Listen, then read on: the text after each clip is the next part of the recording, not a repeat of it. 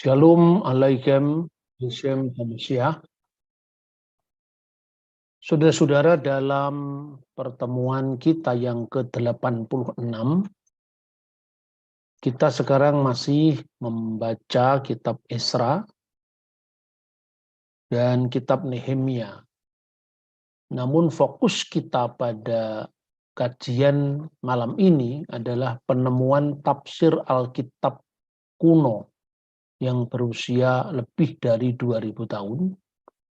Yang dimaksud dengan tafsir Alkitab kuno ini adalah Targum tertua yang ditemukan dari antara naskah Gulungan Laut Mati yang ditemukan di Qumran, yang usianya berkisar antara abad pertama sebelum Masehi sampai abad pertama Masehi.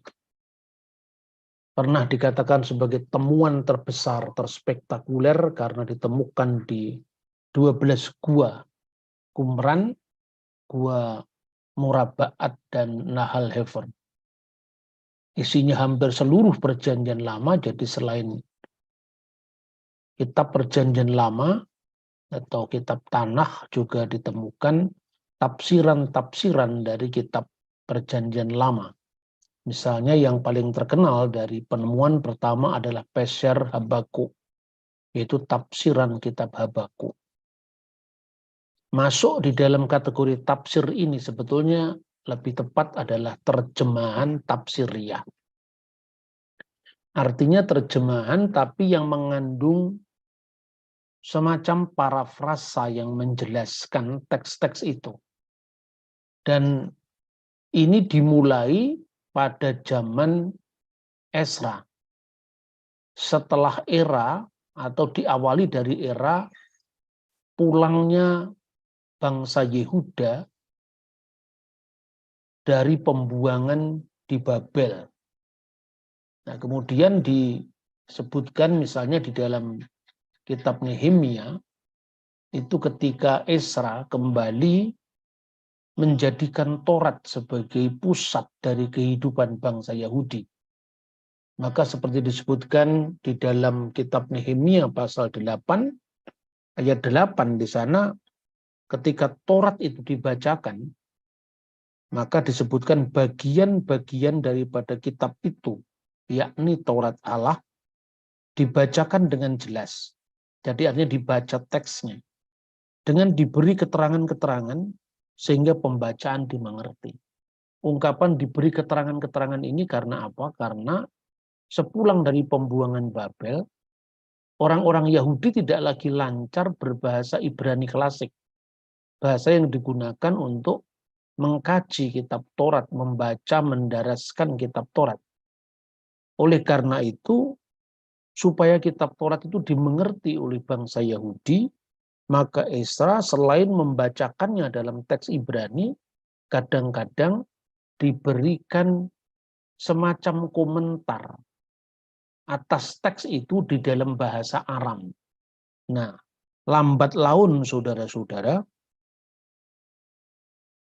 terjemahan tafsiriyah atau terjemahan yang disertai dengan keterangan. Ini misalnya kalau di dalam Alkitab modern misalnya bisa dibandingkan dengan Today English Version atau Contemporary English Version. Di situ penerjemahannya lebih diarahkan pada makna dari teks itu ketimbang mempertahankan bentuk atau idiom-idiom dari teks asli Ibrani.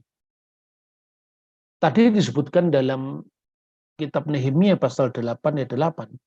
Kemudian ayat 13 mempertegas lagi pada hari kedua kepala-kepala kaum keluarga seluruh bangsa Yahudi, juga para imam dan orang-orang Lewi berkumpul pada Esra ahli Taurat itu untuk menelaah kalimat-kalimat Taurat itu. Di sini juga ada penelaahan. Jadi artinya Taurat menjadi bahan studi yang menarik bagi bangsa Yahudi dan dijadikan sebagai pusat dari kehidupan bangsa Yahudi. Nah, terjemahan inilah yang akhirnya disebut Targum. Karena misalnya kata targum itu berarti terjemahan. Nah, orang yang menerjemahkan itu disebut maturgeman, maturgam, atau jamaknya maturgemanim. Bisa sebanding dengan bahasa Arab mutarjim. Nah, maka terjemahan-terjemahan yang juga mengandung semacam komentari dalam bahasa Arab, atau terjemahan tafsiriyah dalam bahasa Aram atas kitab Taurat dan kitab Nabi-Nabi inilah yang akhirnya disebut targum. Asalnya dari kata-kata misalnya disebutkan dalam Isra pasal 4 ayat 7. Umat turgam Aramid misalnya. Diterjemahkan dalam bahasa Aram. Nah, dalam frasa misnah Yahudi, kata kerja ini menunjukkan terjemahan dari bahasa Ibrani ke dalam bahasa lain. Jadi umum. Seperti Yunani, ini misalnya muncul dalam traktat Megillot 71C. Mengacu misalnya pada versi Yunani Aquila. Dan kata bendanya dapat merujuk kepada terjemahan teks Alkitab ke dalam bahasa apapun. Misalnya disebutkan dalam traktat Sabat 115a. Namun akhirnya secara khusus, targum itu dibatasi pada terjemahan Alkitab bahasa Aramaik. Bagian-bagian bahasa Aramaik dalam kitab Kejadian, Yeremia, Daniel, dan Isra secara singkat mula-mula disebut targum. Sedangkan teks Ibraninya disebut mikra. Maka kata mikra itu artinya keseluruhan dari kitab suci.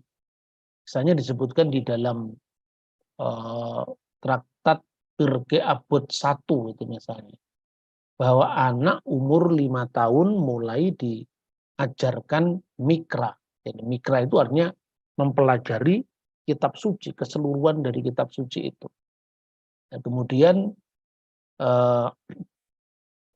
kita bisa menemukan, jadi karena targum itu merupakan terjemahan dalam bahasa Aram sejak sepulang dari pembuangan Babel, maka di kemudian hari tradisi lisan dari para maturgeman di sinagog, ketika misalnya seorang petugas yang melayani dalam sinagogi atau dalam rumah ibadah Yahudi itu mendapatkan teks dari Alkitab Ibrani, lalu di situ serempak pula dia menjelaskan seperti yang dilakukan oleh Esra itu. Lama-kelamaan terjemahan-terjemahan atau komentar-komentar singkat dari masing-masing ayat dalam Alkitab itulah, dalam Perjanjian Lama itulah yang akhirnya dibukukan, dituliskan. Nah, jejak awal dari model targum yang kadang-kadang membuat frasa-frasa yang agak bebas itu ditemukan juga dalam naskah Laut Mati. Misalnya dalam Gua 11 Qumran, kode teksnya itu 10, jadi 11Q10. Itu misalnya memuat targum Ayub dari naskah Laut Mati yang berusia kira-kira 2000 tahun, karena itu berasal dari tahun 30 sampai tahun 50 setelah Masehi. Misalnya ini terjemahannya dalam bahasa Indonesia dari Targum Ayub dalam bahasa Aramaik yang ditemukan di Laut Mati, dan saya cantumkan juga adalah naskahnya. Raja-raja duduk di singgasana mereka, dan semua teman-temannya ditinggikan dengan aman misalnya. Kemudian Ayub 30 ayat 9, di situ terjemahkan, dan dia menunjukkan kepada mereka pekerjaan mereka dan kesalahan mereka karena mereka meninggikan diri. Lalu disambung dengan Ayub 36 ayat 10, dan dia akan membuka telinga mereka untuk petunjuk, dan katakanlah kepada mereka jika mereka berpaling dari perbuatan jahat mereka. Lalu baris kelima itu memuat Ayub 36 ayat 11. Jika mereka mendengarkan dan melakukan, dan seterusnya. Sampai kemudian Ayub pasal 36 ayat 16. Nah, tradisi menafsirkan kitab suci atau memasukkan tafsiran dalam teks suci itulah yang kemudian menjadi tradisi penulisan yang namanya teks targum. Misalnya ya, anak-anak Allah ditafsirkan sebagai para malaikat Allah. Tentu tidak semua anak Allah maknanya para malaikat Allah. Anak Allah kadang-kadang bisa dimaknai secara simbolis sebagai gelar raja yang diurapi Allah. Tetapi dalam perjanjian baru, anak tunggal Allah itu dimaknai firman Allah yang kekal bersama Allah, yang akhirnya menjadi manusia misalnya. Contoh di mana kata Bnei Elohim, anak Allah itu, diartikan sebagai malaikat Allah. Misalnya Ayub pasal 38 ayat 7. Biran yahat kopi boker. Waya rio kalbini Elohim. Pada waktu bintang-bintang fajar bersorak-sorai bersama dan semua anak Allah bersorak-sorai. Itu di dalam Targum Ayub diterjemahkan, dan semua malaikat Tuhan memekikkan sukacita ketika bintang-bintang fajar bersinar. Maksudnya itu adalah saat penciptaan bumi, malaikat yang sudah ada, yang sudah diciptakan sebelumnya, dia bersorak-sorai menyaksikan Tuhan telah menciptakan langit dan bumi. Karena malaikat diciptakan sebelum Allah menciptakan langit dan bumi. Apalagi manusia yang setelah bumi itu diciptakan, maka manusia diciptakan oleh Tuhan pada hari ke-6. Nah, saudara-saudara, memang penerjemah profesional Alkitab di sinagogi itu tadi disebut sebagai targeman atau maturgeman. Jamaknya tadi adalah maturgemanim. Dan pejabat dari sinagog ini bertanggung jawab atas pengajaran Alkitab. Nah, kita mengenal misalnya Yesus sendiri ketika di sebuah sinagoga di Nazaret juga ditunjuk untuk membacakan kitab nabi-nabi, dan kemudian dia membaca kitab Nabi Yesaya. Nah, saat itulah Yesus memfungsikan diri seperti seorang maturgeman tadi, dan dia mengatakan bahwa pada hari ini ketika kamu mendengarnya semua sudah genap. Jadi Yesus juga melakukan semacam interpretasi terhadap teks yang dibacakan. Nah, karena pada masa pembuangan dari Babel, rakyat Yahudi tadi saya sampaikan sudah terbiasa dalam bahasa Aram. Maka tanpa penerjemahan oleh seorang maturgeman, dikhawatirkan apabila mereka hanya bisa membaca teks Ibrani tapi tidak tahu artinya. Maka sebetulnya dalam sepanjang sejarah penyebaran Alkitab bukan sekedar mempertahankan teks asli, tetapi juga menerjemahkannya agar teks-teks suci itu bisa dibaca, bisa dipahami, secara khusus bisa dilaksanakan dalam kehidupan sehari-hari. Nah, sejak waktu itu Targum memiliki tempat yang khusus baik dalam liturgi sinagogi dan pengajaran Alkitab. Sedangkan pembacaan teks Alkitab yang dikombinasi dengan targum di hadapan jemaat yang berkumpul untuk ibadat umum dalam sebuah lembaga kuno sebetulnya berasal dari zaman Bait Suci yang kedua. Kita bisa menelusuri kembali ke zaman Esra Nehemia oleh seorang rabi ketika ia menafsirkan misalnya kata Meforas sebagai mengacu pada targum. Itu misalnya disebutkan dalam traktat Nedarim 37b, lalu Megilot Yermiyahu 74d, lalu Bereshit Rabbah 36. Jadi targum itu akhirnya menjadi kata khas untuk menyebut terjemahan Alkitab atau terjemah tafsiriyah Alkitab di dalam bahasa Arab. Nah, sejak kemudian lembaga sinagog dan bait Allah itu kembali menjadi pusat peribadatan umat Yahudi sepulang dari pembuangan Babel, bahkan nanti setelah bait suci itu dihancurkan oleh Roma tahun 70 Masehi, maka targum ini akhirnya lebih dituliskan. Misalnya muncullah targum Onkelos kira-kira akhir abad pertama atau awal abad kedua atau bahkan setelah itu. Kemudian targum Yonatan untuk kitab nabi-nabi, Targum Yerusalem misalnya. Nah, aturan untuk membaca Targum itu dirumuskan dalam hukum Yahudi, di mana dibaca setelah setiap ayat bagian-bagian parasiot dari Torah, dan setelah setiap ayat ketiga pelajaran dari kitab para nabi, kecuali gulungan kitab Ester yang dapat dibaca oleh 2 orang secara bergantian. Hanya 1 orang yang dapat membaca Targum, sebagaimana Torah dan kitab nabi-nabi juga dibaca oleh 1 orang. Mungkin agar Targum tidak menjadi terjemahan yang terlalu bebas, dalam sejarahnya Rabi Yehuda bin Alai, murid Rabi Akiba, ini sudah abad kedua ya, karena Rabi Akiba itu meninggal tahun 135 bersamaan dengan ditumpasnya pemberontakan Yahudi, atau bagi orang Yahudi adalah revolusi kemerdekaan Yahudi.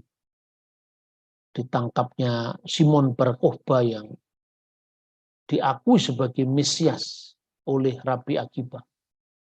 Nah, ini berasal dari muridnya Rabi Akiba, menyatakan bahwa siapapun yang menerjemahkan seluruh ayat Alkitab dalam bentuk asli adalah pembohong.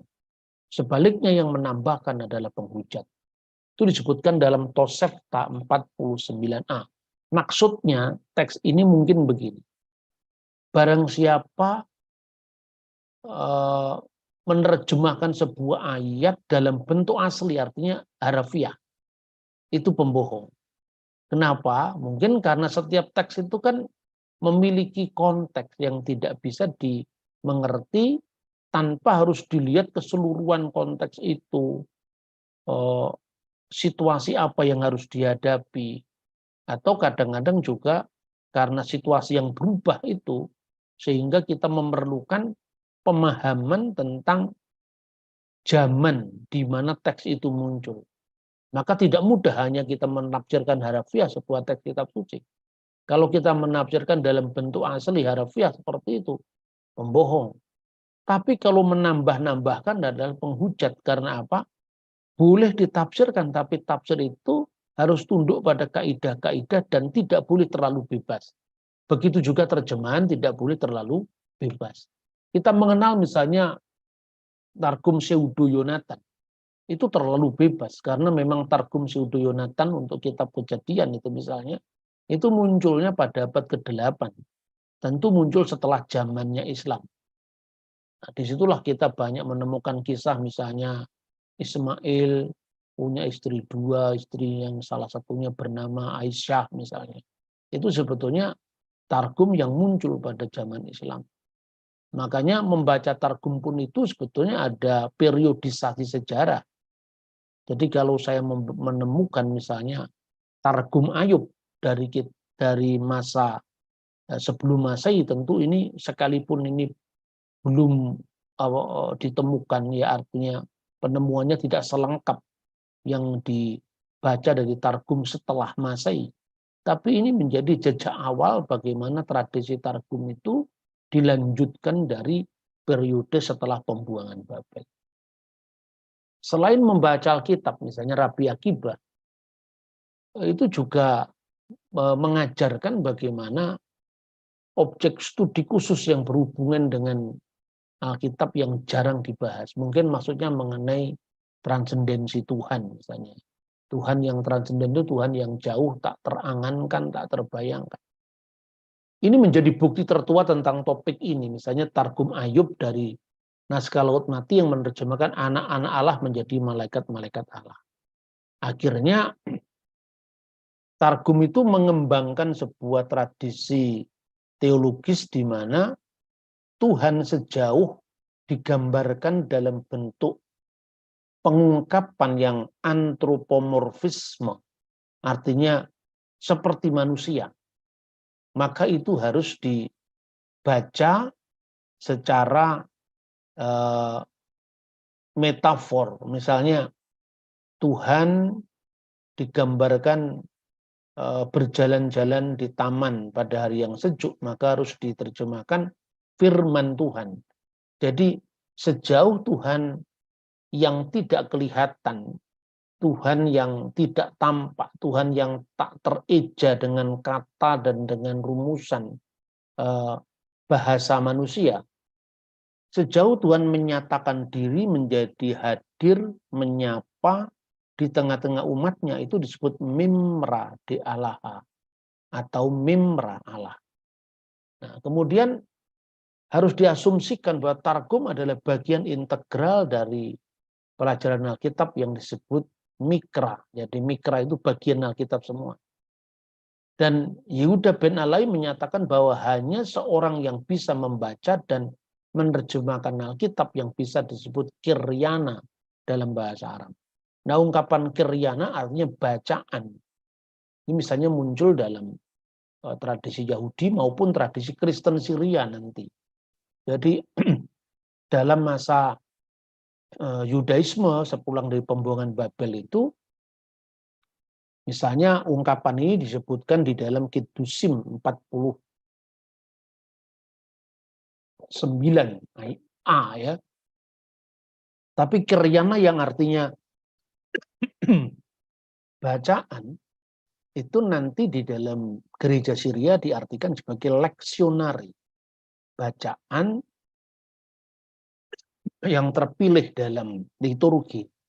Nah, kiryana itu terdiri dari pasal yang disebut surta dan atta. Atta itu ayat, surta itu bagian pasal ya, artinya kiryana atau bacaan suci leksionari terdiri dari surta dan atta. Inilah yang kemudian paralel dengan sebutan Quran pada masa Islam, yang artinya juga bacaan, yang terdiri dari surah dan ayat misalnya.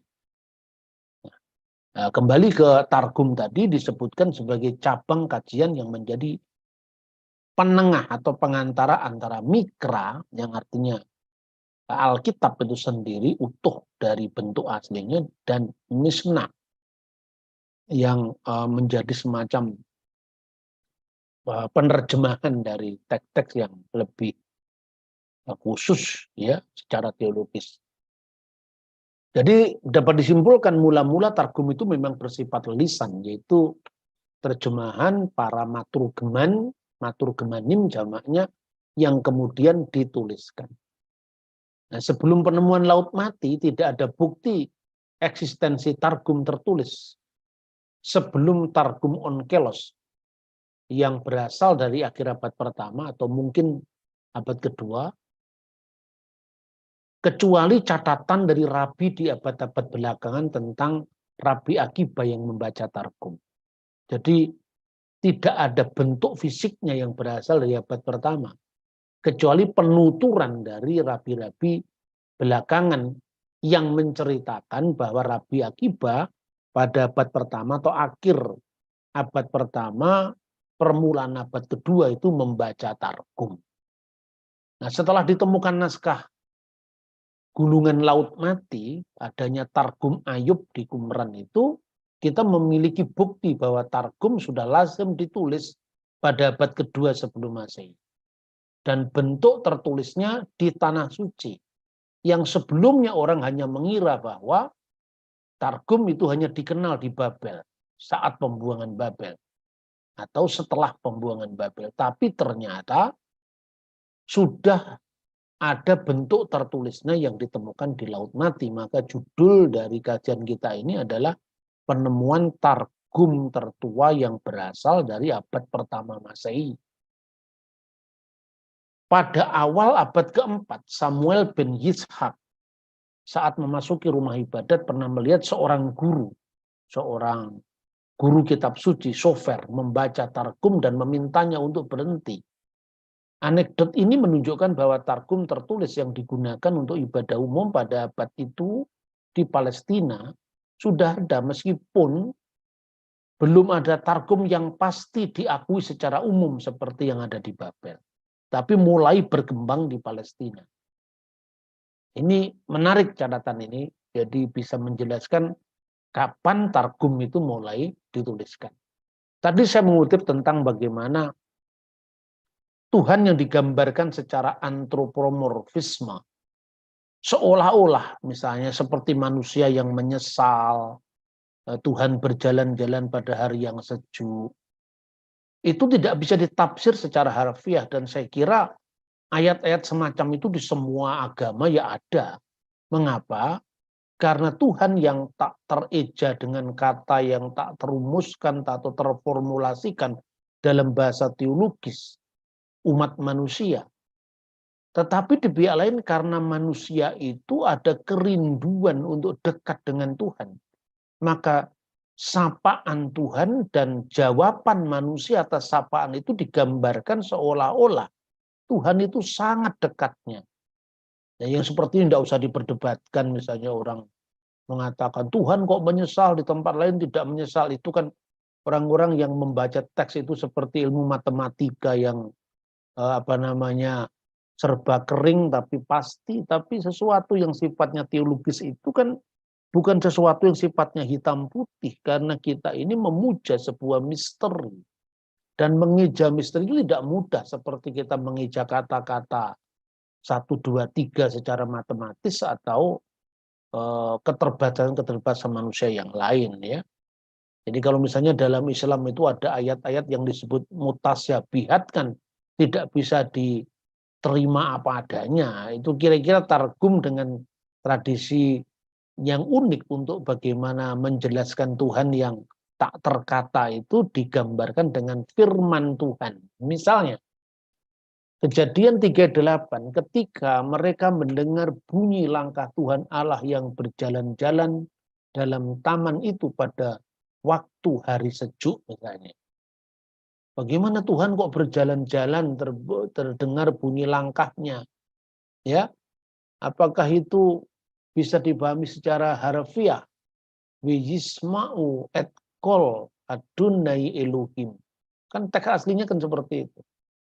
Mendengarlah mereka bunyi Tuhan Allah yang berjalan dan seterusnya. Tapi itu dibaca uyisma uyatkal mimra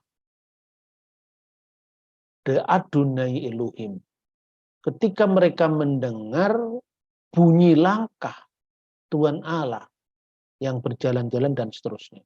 Jadi artinya ungkapan usma'u yatkal mimra itu, ungkapan mimra itu menggantikan Tuhan yang tak tereja, Tuhan yang tak tergambarkan dengan kata-kata.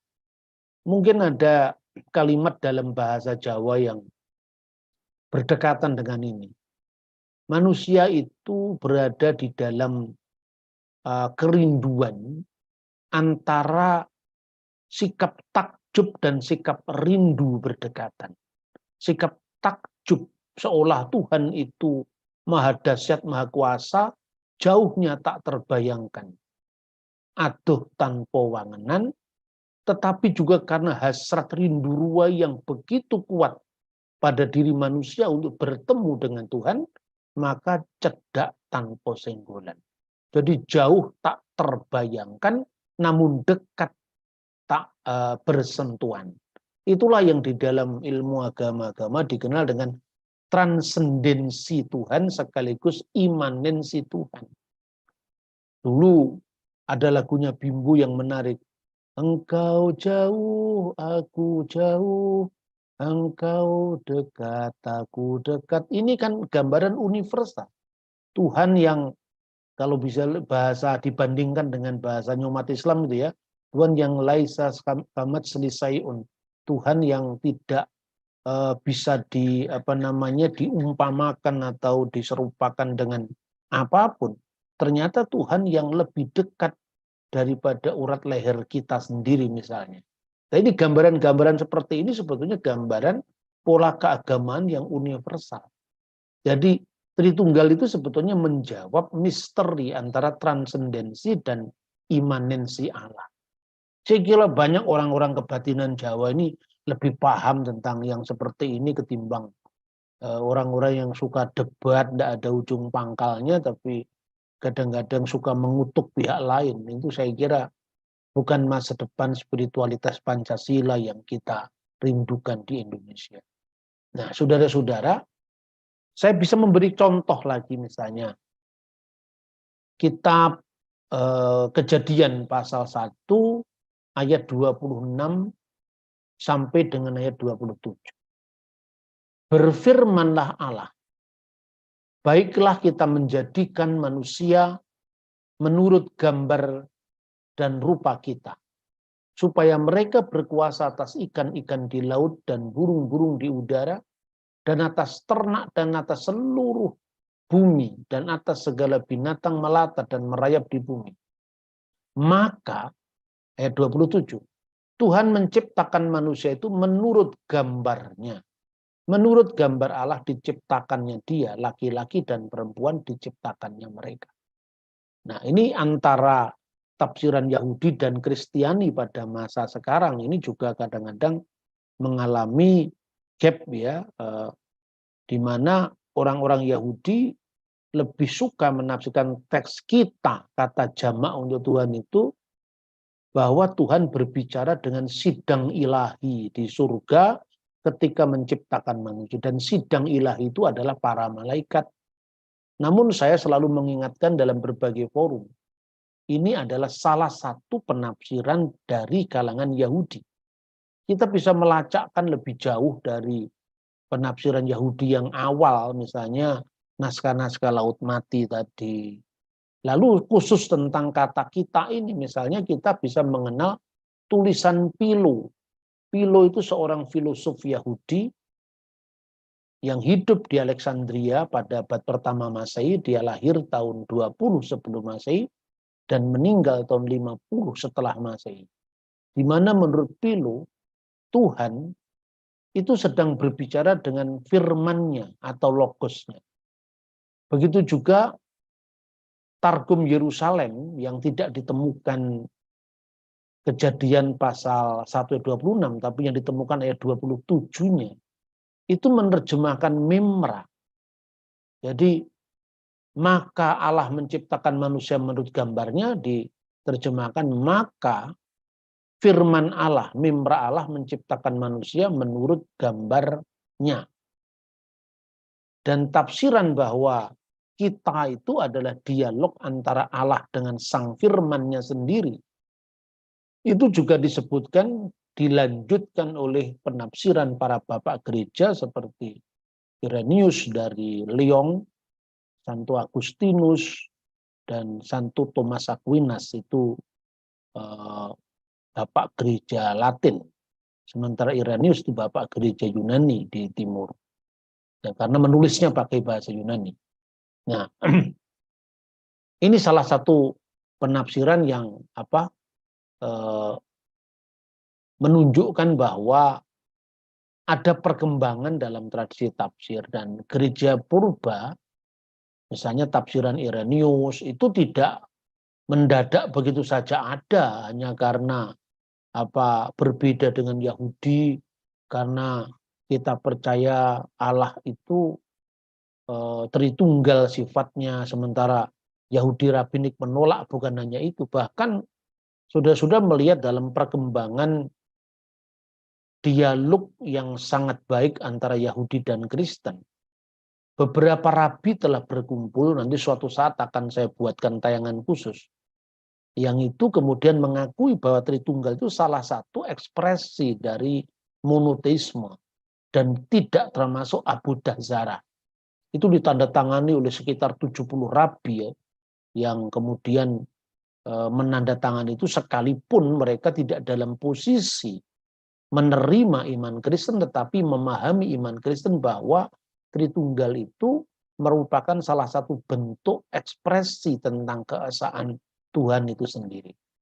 Nah, ini menariknya kalau pendekatan-pendekatan dialogis ya, bukan pendekatan polemik menang kalah yang suka memaki-maki, yang suka marah-marah, itu bukan itu yang kita pilih ya.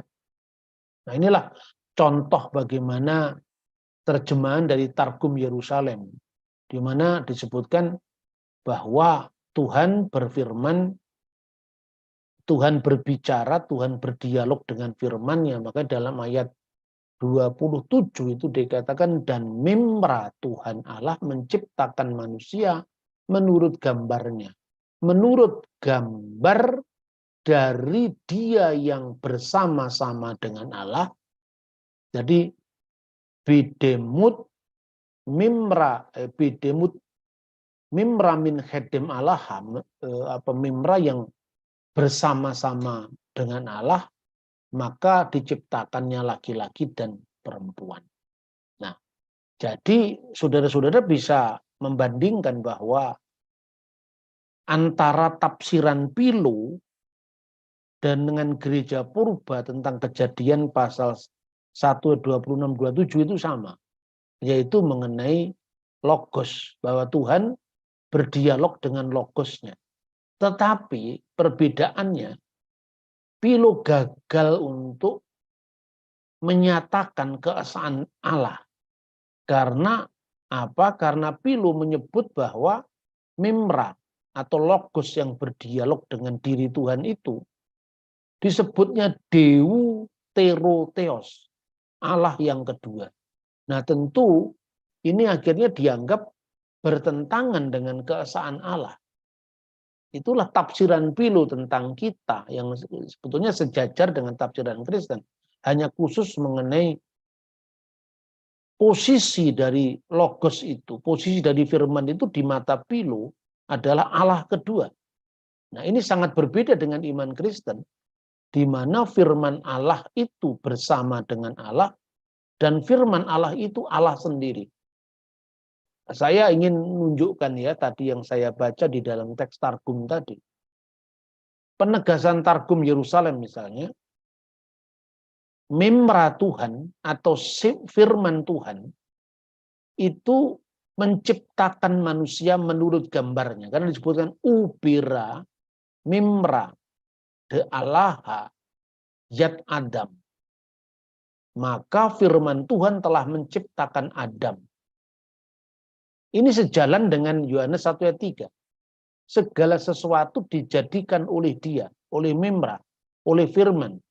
Dan tanpa dia tidak ada sesuatu pun yang jadi dari segala yang telah dijadikan. Nah, sedangkan ungkapan bidemut min khedem Allah, maksudnya mimra min khedem Allah. Bidemut dan menurut gambar dari dia yang bersama-sama dengan Allah. Min khadam Allah itu adalah mimra min khedem Allah. Menurut gambar dari dia yang bersama-sama dengan Allah, itu justru sejajar dengan Yohanes pasal 1 ayat 1. Firman itu bersama-sama dengan Allah, itu sejajar dengan kata-kata bidemut min khedem de Allah, firman yang bersama-sama dengan Allah, atau gambar dari firman yang bersama-sama dengan Allah. Tapi di pihak lain, Allah sendiri diidentikan dengan mimranya, karena firman Allah itu tidak mungkin berada di luar Allah.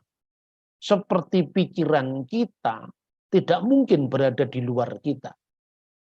Kalau penjelmaan pikiran kita bisa ada di luar kita setelah dia memasuki ruang dan waktu.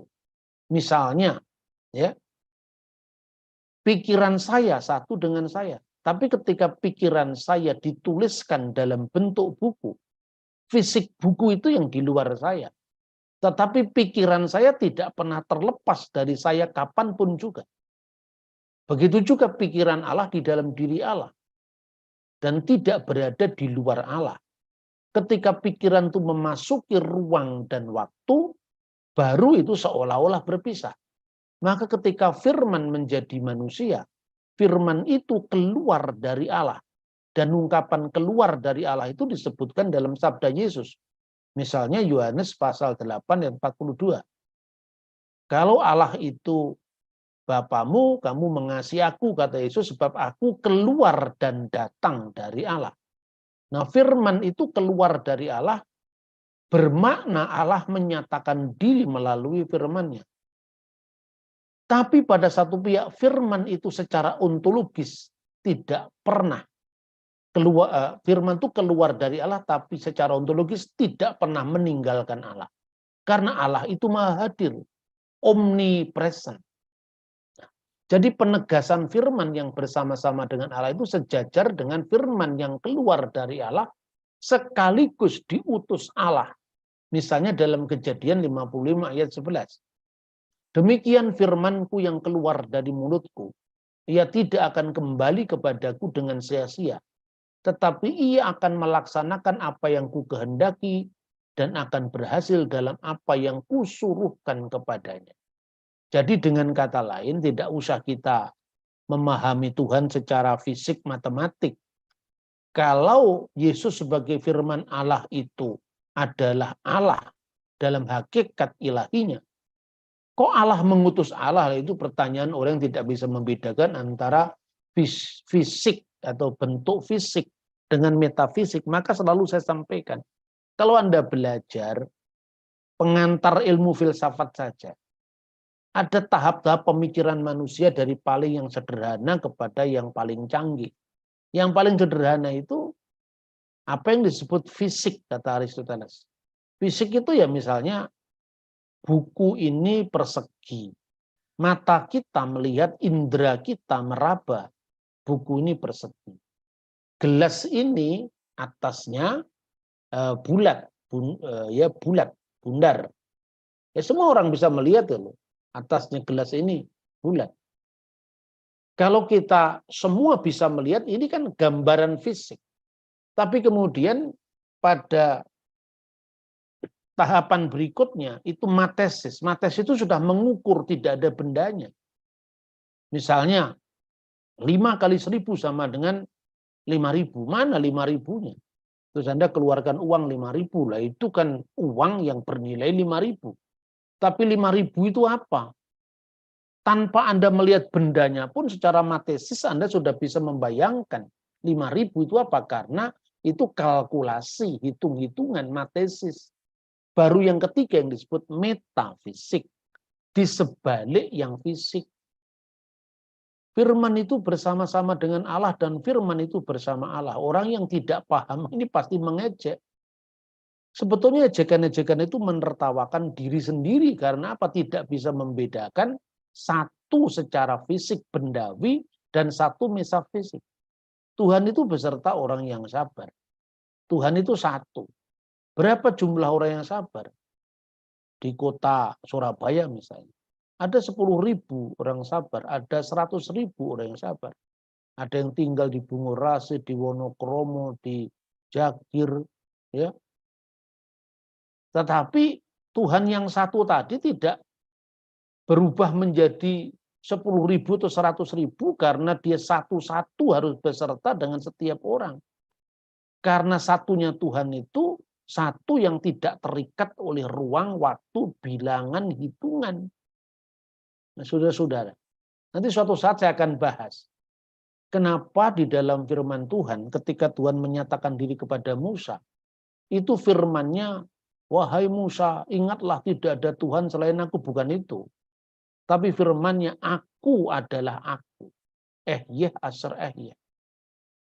Itu karena misteri Tuhan sebelum ada Esa, sebelum ada pengasih, penyayang itu, ya keberadaan Allah itu sendiri. Maka Tuhan itu maha ada. Nah maha ada itulah aku yang ada, yang sudah ada, yang akan ada. Itu yang disebut sebagai sifat eksistensial Tuhan.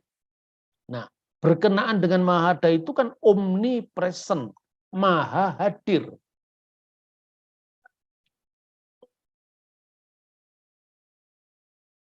Maha hadir. Karena Tuhan itu maha hadir, maka dia tidak terikat oleh ruang dan waktu. Nah, setelah menjelaskan kemahadiran Tuhan, barulah kemudian ketika sudah ada umat, sudah ada komunitas, ya Tuhan mengatakan, lo yihye leha Elohim akerim alpanai. Jangan ada ilah-ilah lain di hadapan hadiratku. Atau Shema Yisrael Adonai Elohenu Adonai Echad. Dengarkanlah, siapa yang mendengar Israel. Jadi kriteria Maha Esa itu lebih merupakan kriteria komitmen umat kepada Tuhan. Kira-kira seperti itu. Bukan pernyataannya langsung aku ini Maha Esa, tidak. Karena sebelum ada ruang, sebelum ada waktu, ya Tuhan itu dengan siapa? Tuhan itu Maha Esa, dia sendiri. Nah, kalau dia sendiri, dunia belum diciptakan, malaikat belum diciptakan.